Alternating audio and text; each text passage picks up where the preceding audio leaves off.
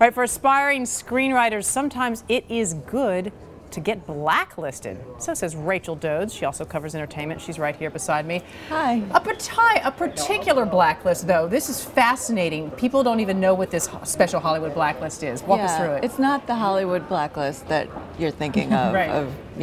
It's a list of the best unproduced screenplays of the year, and it's now in its 8th year, and it's every December there's kind of a bit of a hubbub in Hollywood as screenwriters sort of look to see if their script made the list, because it's like a popularity contest. It can burnish your career, it can help you get your next project, even if it doesn't necessarily help get your script produced. And some of the screenplays and the films we're seeing and talking about right now for as award contenders, they actually at one point were on the blacklist. Yeah, 5 of the last 10 best screenplay Oscars in both categories, adapted and original, were at one time on the blacklist. That's not to say that, you know, the blacklist created those movies. Right. It's just that, you know, that year that those scripts came out, these 300 select executives voted and said these are the best things we've read all year. So it is kind of interesting. It becomes kind of a predictor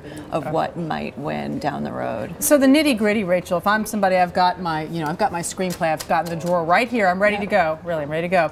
How do you get it submitted to blacklist? Do you pay? What's the process? Yeah, just a couple of months ago they added a new section to the site where you can upload anybody, you know, even if you don't have an agent, you can upload your script and pay $25 a month to host it and $50 for a professional read from a reader whose job it is to, you know, rank these scripts. And so they'll give it a score on 1 to 10 on different categories: plot, character development, marketability, things like that.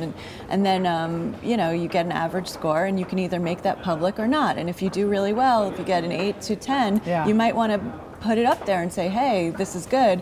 And then the subscribers, which are site-approved executives in Hollywood, can opt to read it. And just very quickly, they are reading them. People sometimes do these online sites sort of take advantage of people, but this one is pretty closely watched, as you're saying. Yes, so far. I mean, it still has to be proven. It's only been up for a couple of months, but so far, you know, people are taking an interest in it. And there's this one guy, Justin Creamer, who wrote a script about McCarthy, Joe McCarthy, and it's been read a lot of times, and he got agency representation out of the deal already. Right, and he's getting some steady work writing, even if it hasn't been made yet. Yeah, well, or others have at least. Others have, yeah.